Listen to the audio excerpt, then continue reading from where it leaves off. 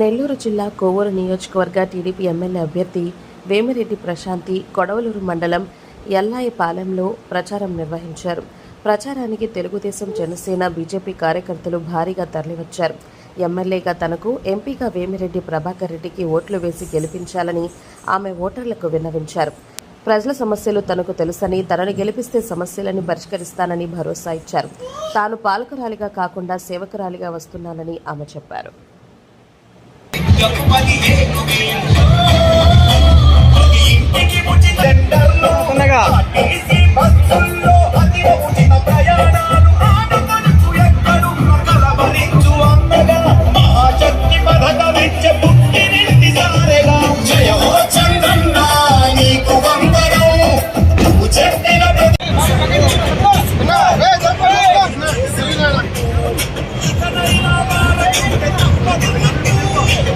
కాబట్టి కోవూరు ప్రజలు ఆత్మాభిమానం మీద దెబ్బ కొట్టే మాటలను మీరందరూ తిప్పికొట్టాలి.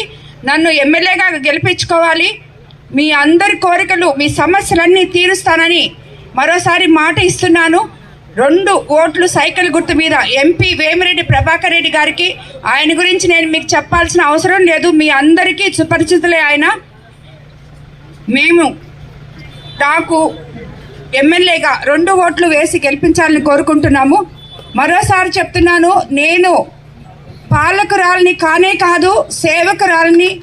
రాజకీయాలకి కొత్త కావచ్చేమో కానీ సేవ చేయడంలో నేను కొత్త కాదు. ప్రతి మనిషికి ఏం అవసరమో నాకు తెలుసు. ఈ వారం రోజుల నుంచి నేను తిరిగినప్పుడే మీ కాలనీలు, మీరు పడుతున్న సమస్యలు అవన్నీ చూస్తే చాలా బాధ అనిపించింది. కాబట్టి అందరూ రాజకీయ నాయకుల్లాగా ఓటు అడగడానికి మీ దగ్గరకు వచ్చి నేను ఇవి చేస్తాను అని చెప్పి వెళ్ళిపోయే తత్వం నాది కాదు. ప్రజాసేవ కోసం వచ్చిన నాయకురాలు నేను. కాబట్టి మీ అందరి సేవ చేస్తానని, మీకు అందరికీ అందుబాటులో ఉంటానని మరీ మాటిస్తున్నాను.